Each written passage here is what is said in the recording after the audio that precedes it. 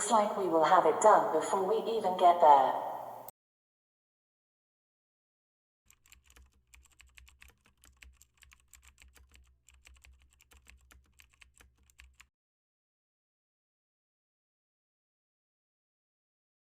The first order of business is turning off the angle stops and find out where the leak is under the sink. There are a couple of ways that you can do that. One is to run your hand along all of the supply plumbing and drain plumbing to see what ends up being wet. Another way is to put your phone in camera mode and set the camera to selfie. You should be able to see anything that is out of your line of sight.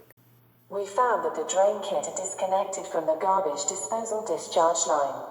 This usually happens when there is debris in the drain, blocking the flow and causing back pressure when the garbage disposal is engaged.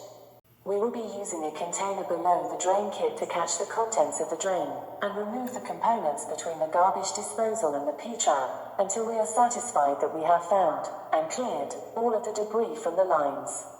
As we were disassembling the drain kit, we did find that there was a significant amount of debris in the P-trap, as well as the connector T that connects the garbage disposal side of the sink to the drain side of the sink. We're going to clear those out and see if there's any other blockages.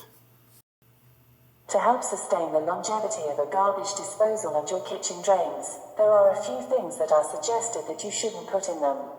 Fibrous fruits and vegetables such as celery, lettuce, onion skins, corn husks, and banana peels. Also, items like potato skins and eggshells. They tend to build up in the disposal and drain, creating a sort of net that catches smaller items and eventually plugs up the system. Items such as coffee grounds, pastas, starches, and rice expand and turn into a paste, making it difficult to clear the blockage. Items like paint, oils, and grease seem fluid enough. However, over a short period of time, they congeal or become solid, slowly restricting the flow of water.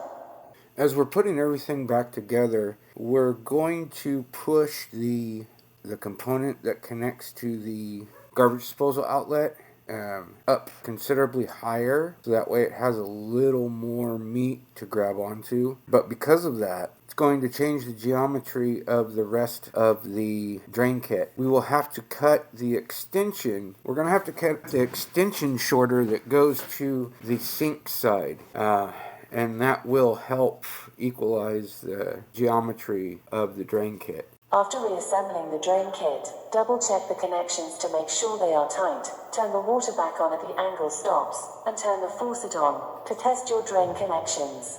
Once you have determined that the drain is not leaking, turn the garbage disposal on and check the drain kit and garbage disposal for leaks again.